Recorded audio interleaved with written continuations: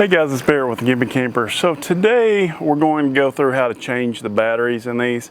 And for you guys at the store right now, they're trying to figure out which size battery these are, because you remember, oh, I saw that going bad and I can't find it anywhere because I was in your same position and I couldn't find it anywhere. So these are going to take the little button batteries, CR2032, 2032. That's what you're going to need to grab from the store right here. Anyway, so I'm going to do like a little re-review on this and show you how to change the batteries, because I just had to figure all this out and I didn't find a video on it anywhere. So I will say that we bought these in October of 2022, so we put them on shortly after. It's now July of 2024. So they lasted about a year and a half or so, which I think is pretty good for a little button battery. Now, the way to change these isn't really so complicated. There's some little indentions here. There's 4 of them on the face of this, and you take either like a screwdriver, or it's actually a utility knife worked better for me. Stick in there and just pop that cover out. It's actually the hardest part of this is getting that cover to go back on. You know, it looks like that there's a couple of buttons on here. This one that says vent, there's not a button or anything under there. So essentially there's a perforation and a plastic piece on the cover on the back. It shows you where the battery should be. And basically it's just got to line up with this button is the only thing that you're really trying to line up, other than the little indentions here. Now I will say that the indentions themselves don't actually line up with the holes on the bottom, because there's little teeth on this that catch into that, and those teeth are just offset from the indention. And so it took me a little bit on actually the second one in order to get that rotated just right for it to snap down, because it kept having a little bit of resistance and just not wanting to close all the way. That being said, we do use these Mopeka sensors quite often, and I'm still pretty impressed with them. Like I told you on my initial video, I thought about putting like some screen or something under in my propane area.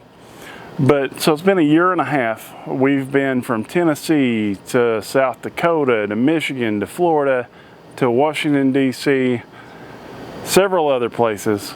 And these have rode right on the bottom side of the propane tank. We do have the halos that go around the bottom of the tank, so that was a little bit extra.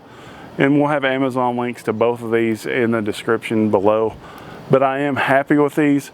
I think that being round and having the larger magnets here, I think that really helps. I'm not real good about putting a little grease on here. I just usually use it dry, and it's not been an issue. It's showed me pretty relatively close to what the tank levels are. And I know that these are expensive, guys, and you know, this is one of those things that I chose to buy as a frill rather than a necessity, because you don't really need these. You know, I have an older video, I'm going to link that here, but essentially what it tells you is that the other best way for propane is to just turn one of your tanks off. Like, then you always have a 50% reserve. You run out of gas at 2 o'clock in the morning, your furnace is on, your furnace turns off because you run out of gas. You go outside, you turn the other tank on, you're good to go. You just go at your leisure in the next 24 hours or so, fill the other tank up.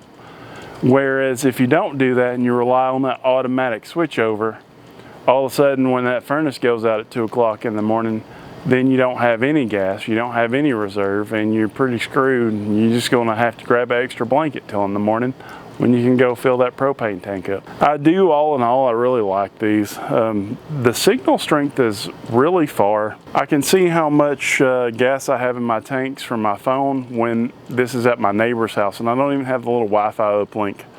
In my camper sits, it's at least an 1/8 of a mile to a 1/4 of a mile away from where I check it at in my house, and it pops up. The only thing is I recently learned you got to keep an eye on that battery meter too. On the app it shows you like the propane gauge, and then to the right it'll have a little battery meter, and so you know whenever the battery's going dead.